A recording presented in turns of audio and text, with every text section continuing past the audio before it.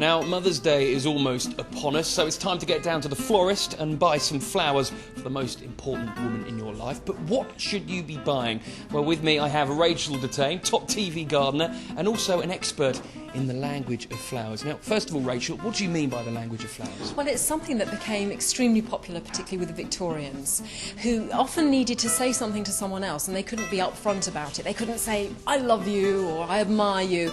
And particularly if you had a chaperone sitting in the corner, you had to be subtle and discreet.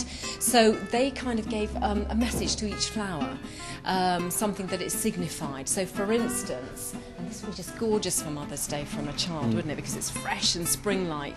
And the daffodils, they mean regard, and they can mean chivalry as well. And then the gorgeous little lily of the valley, they just signify happiness. So that would be perfect for Mother's Day. And something maybe a bit more romantic, this would be ideal from your partner or your husband. Again, they're roses that are just all about love, and a red rose is about that sort of everlasting romantic love. So I think I'd love to receive those on Mother's Day. Now, hold that thought for one moment, because of course flowers aren't the only thing you could be getting your mum for Mother's Day. We've been speaking to some other mothers and getting their ideas. Well, I'd love to have a lie-in and a cup of tea brought to me in bed, and also flowers are really good.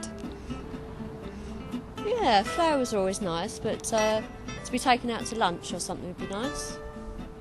I'd like a scented candle, I think, but any kind of fragrance would be good.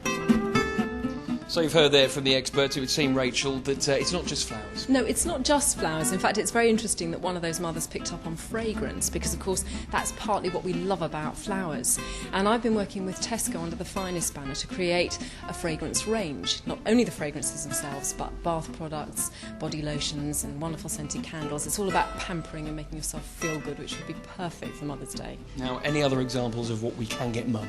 Well, yeah, I mean, I think coming back to the plants again and the language of flowers, this is another suggestion, which is an orchid. Now, in the language of flowers, that stands for longevity and elegance. Now, the elegance is obvious, but they just last so long in your home, so I think that'd be a really good choice. Rachel, thank you very much indeed. So you've heard all the advice. Whatever you do, don't do what I did last year and get your mother a cactus. It does not go down very well at all. Goodbye.